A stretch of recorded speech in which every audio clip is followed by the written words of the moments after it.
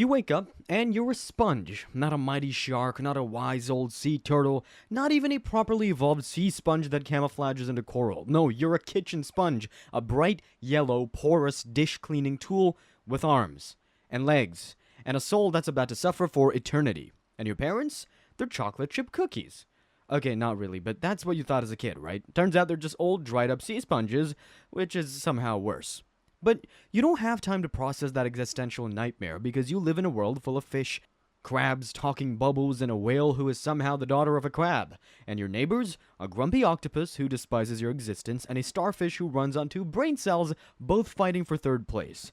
And that's your life. It doesn't get better, it only gets weirder.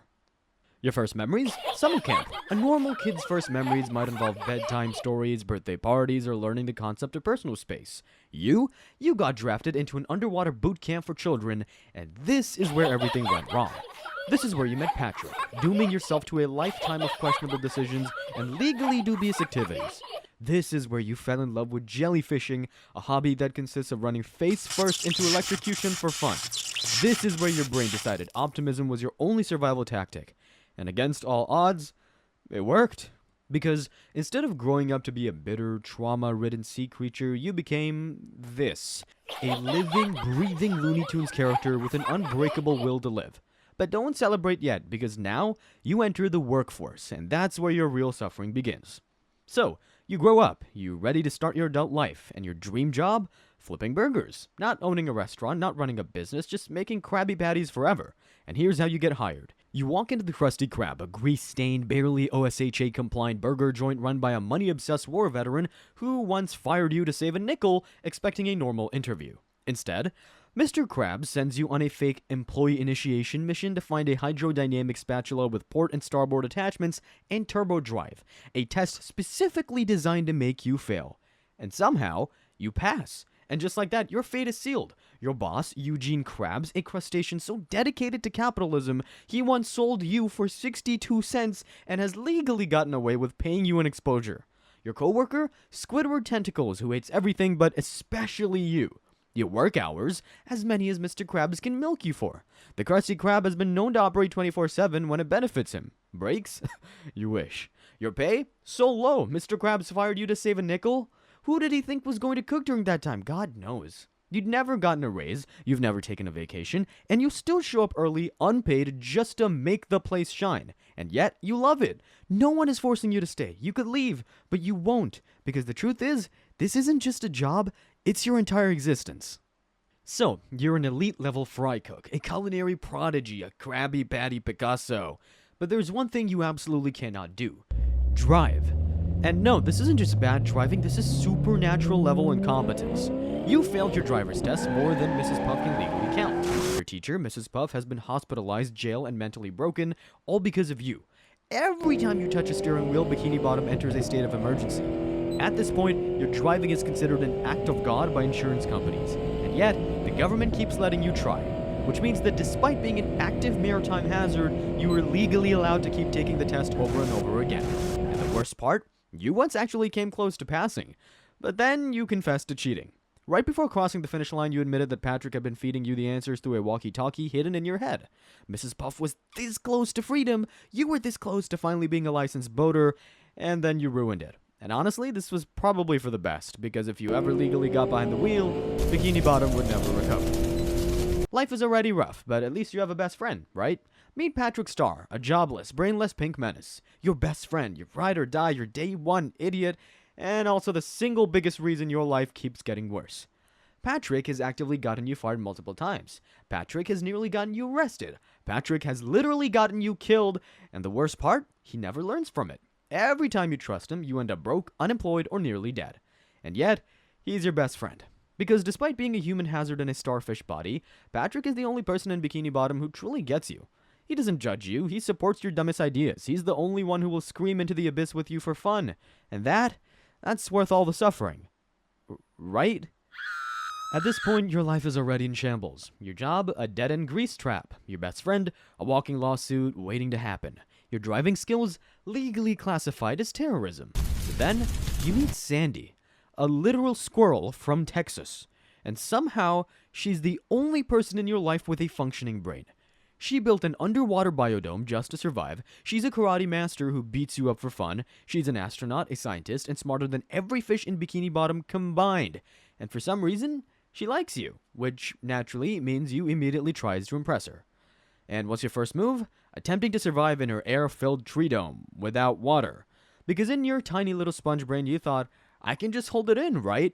Spoiler, you couldn't. Within minutes, your body shrivels up like a raisin on a summer sidewalk, but somehow, you survive. And from that moment on, Sandy became the only person in your life with actual common sense, which, in Bikini Bottom, is a superpower. At this point, you're barely surviving your daily life. But did you know you're also the biggest security threat in Bikini Bottom? See, you alone know the Krabby Patty's secret formula, and a few other people, but we don't dwell on that. Which means every single day you are the #1 target of an actual supervillain. Meet Plankton, a 1-inch tall evil scientist who has spent his entire existence trying to steal a burger recipe. A genius? Technically. Successful? Absolutely not, and he's tried everything to get that formula out of your brain. Bribery? Failed. You would rather work for free than accept money. Mind control? Failed. You somehow broke free with sheer optimism. Disguises? Failed. One time he dressed up as a giant Krabby Patty and you still didn't crack. Straight up violence? Failed. He built a literal tank, stormed the Krusty Krab, and still lost. Infiltrating your body? Oh yeah, that happened. The dude piloted you like a mech suit and still fumbled the bag. And through all of this, you never break. Not because of strength, not because of intelligence, just pure, unfiltered Spongebob-ness, otherwise known as plot armor. At this point, even you feel bad for him, but not bad enough to let him win. So you survived your job, your best friend, and a tiny criminal mastermind. But childhood you still had one dream left. You wanted to be a superhero, because growing up you idolized Mermaid Man and Barnacle Boy, Bikini Bottom's greatest heroes. Well, formerly great. Now, they're just two elderly, barely functioning retirees who just want to be left alone, but you refuse to let that happen. You track them down at their retirement home, you beg them to come out of retirement, you drag them into multiple life-threatening battles, and somehow, it works. They actually start fighting crime again, except there's one problem. They're way too old for this. Mermaid Man's memory is so bad, he barely remembers his own name. Barnacle Boy is just bitter and tired. Half the time you cause more problems than you solve, and then you actually make them enemies. Yep, Barnacle Boy gets so fed up with you, he straight up turns evil. And you somehow make things worse. You push him into joining Bikini Bottom's Legion of Doom. You force Mermaid Man into a full-on senior citizen war. You nearly destroy their friendship forever, but in the end, they always forgive you. Because deep down, even though you've single-handedly ruined their retirement, they know you're their biggest fan. And if they don't deal with you, you'll never leave them alone. After years of absolute chaos, someone finally tells you the truth. And it's none other than Squidward. You're not normal, SpongeBob, and that gets to you. For the first time ever, you stop and think, wait, what if I just acted normal? And by normal, we mean lifeless corporate drone energy. You stop being loud, you stop being weird, you literally round out your edges, because apparently normal people aren't shaped like Swiss cheese. And suddenly, you're just another guy. And at first, people think it's an improvement. But then, everyone realizes it's cursed. Patrick is horrified. Your job performance tanks. Even Squidward, the guy who hates you, wants the old SpongeBob back. But here's the real horror. You try to go back, and you can't. You physically can't be weird anymore. And then, it gets worse. One day, Squidward shows up looking exactly like you. Same soulless stare, same empty existence, same cursed normal energy. And that's what finally breaks you. Because if Squidward, the most miserable person alive, embraces this lifeless existence, then what does that say about you? And just like that, you snap. Your holes return, your energy surges back, because no matter how much Bikini Bottom ruins your life, you are SpongeBob SquarePants, and you can't escape that. But just when you think you've reclaimed your identity, Bikini Bottom reminds you why being yourself isn't always a good thing. Because now, you're working the night shift. And working the night shift of the Krusty Krab, already a nightmare. But tonight, it gets worse. Because instead of doing his job, Squidward decides to traumatize you with a ghost story. The hash-slinging slasher. A former fry cook fired after a tragic spatula accident. Now, he haunts the Krusty Krab, seeking revenge. He appears when the lights flicker, the phone rings with no answer, and a mysterious bus arrives with no passengers. And when he finally shows up, you die. Naturally, you start spiraling, because this is Bikini Bottom, where ghost pirates, sentient robots, and interdimensional jellyfish exist. So when the lights start flickering and a shadowy figure appears outside, you're already planning your funeral. And then, it's just some guy. Not a ghost, not a slasher, just an extremely bad hire who showed up for his first shift. So yeah, you lived. Your trust issues, though, permanent. But that's just another Tuesday in Bikini Bottom. And honestly, that's not even the weirdest thing that's happened to you. Because the real horror, it's not ghosts or night shifts or even capitalism. It's waking up one day and realizing you don't even know who you are anymore. So there came a time, as does in all our lives, where the only company you have is yourself. But you, Spongebob, can't handle loneliness pants, just couldn't bear that and thought all your friends hated you. So you did the mature thing. You ran away, which led to you falling off a cliff and dying. Kidding, you wake up with amnesia, like fully, no idea who you are. No name, no job, no clue why you wear a suit every day. Just pure unfiltered identity crisis. So, what do? You wander into a whole new city and accidentally become its ruler. Yeah, that happens. You stumble into New Kelp City, a place overrun by bubble-hating criminals, and in one single brainless moment, you wipe out their entire gang with a bubble. Now the entire city's looking at you like you're some kind of god king. Meanwhile, back in Bikini Bottom, your disappearance has catastrophic consequences. Krusty Krab collapses without you, Mr. Krabs is in financial ruin, Squidward almost feels joy, Patrick spends 3 days not realizing you're missing, Sandy starts actively researching if sponges can be abducted by aliens, but you're thriving. For the first time in your life, you're not flipping burgers for a penny, you have power, you have respect, you have a mayoral sash. And then, your old life drags you back. Patrick, Sandy, and Squidward track you down and start hitting you with memory-triggering nonsense, but nothing works, you're too far gone.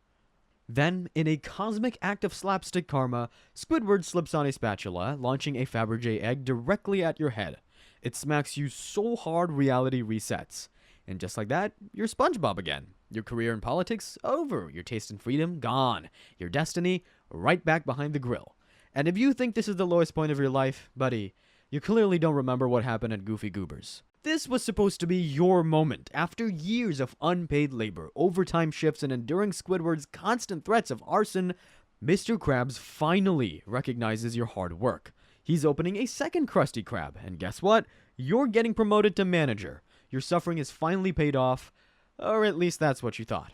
Because at the last second, Mr. Krabs picks Squidward instead. Why? Because apparently you're just a kid. And in that moment, something inside you shatters. You don't just take the loss and move on. No, you spiral. You drown your sorrows in Goofy Goober ice cream. You get blackout wasted on sugar. You sing an entire musical number about your downfall. By the end of the night, you're barefoot, disabled, and fully unhinged, slumped over a table in an ice cream-induced existential crisis. And while you're too busy going through it, Plankton finally wins. Because while you were busy hitting rock bottom, he pulled off the greatest crime in Bikini Bottom history. He stole King Neptune's crown and framed Mr. Krabs for it. Neptune is about to incinerate Mr. Krabs when you decide to butt in. Despite everything he's put you through, despite years of underpaying and overworking you, you decide to save him, which means you have to get the crown back. But there's just one problem. It's in Shell City, a place so dangerous, so legendary that no one has ever returned.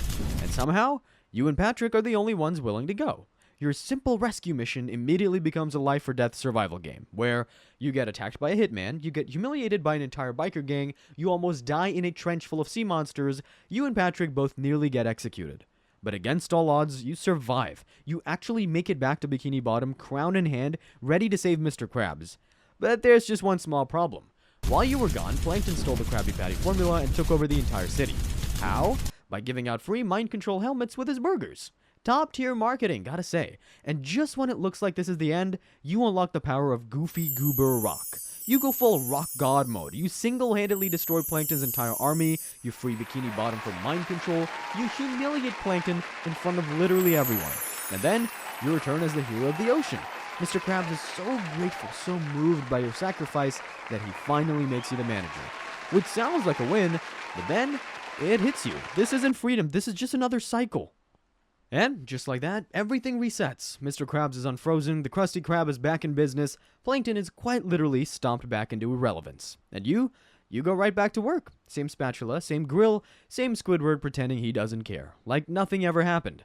And if this feels familiar, that's because it is. Because the truth is, the cycle never ends. You wake up, you go to work, you get mistreated, you smile through it, you suffer, you sleep, repeat, forever. No matter what happens, no matter how many wild adventures, promotions, or near-death experiences you survive, you always reset. Why? Because your show never ends. Every episode rewinds the timeline. You will never age. You will never leave. You will never escape the Krusty Krab. And that's your life. An endless loop of flipping burgers, chasing jellyfish, and annoying a squid who isn't even a squid. Forever. So, congratulations. You're SpongeBob SquarePants, and you always will be.